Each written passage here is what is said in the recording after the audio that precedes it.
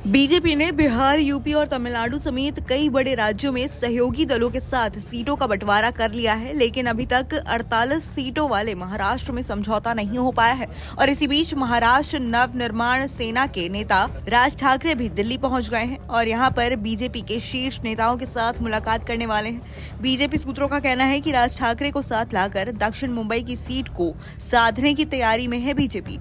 आपको बता दें कि इस सीट से अरविंद सावंत लगातार सांसद चुने जाते रहे हैं और उनकी एक मराठा नेता की इमेज है और उनके मुकाबले बीजेपी के पास कोई बेहतर कैंडिडेट नहीं दिखता है।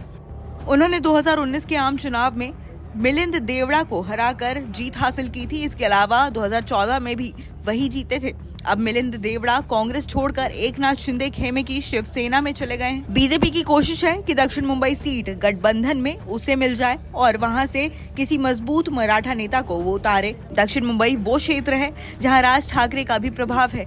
ऐसे में ये सीट उन्हें ही मिल सकती है और उनकी पार्टी के नेता बाला नंदगावकर चुनाव लड़ सकते हैं। बाला नंदगावकर की छवि एक मजबूत मराठा नेता की है।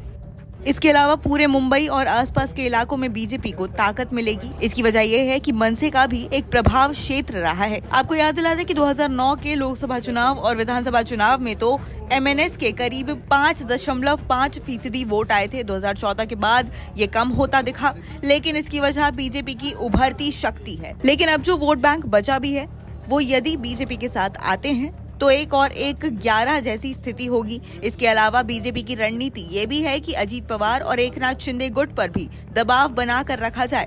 यही नहीं, उद्धव ठाकरे के प्रभाव वाले क्षेत्र से एमएनएस को मौका देकर उन पर भी दबाव बनाने की कोशिश होगी।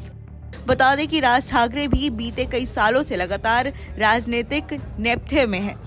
उनका एक वोट बैंक तो है, लेकिन अकेले दम पर वो कोई चुनाव जीतने की स्थिति में नहीं है। ऐसे में यदि एक सीट भी बीजेपी के साथ जाने पर मिलती है तो महाराष्ट्र नवनिर्माण के लिए बड़ी सफलता होगी।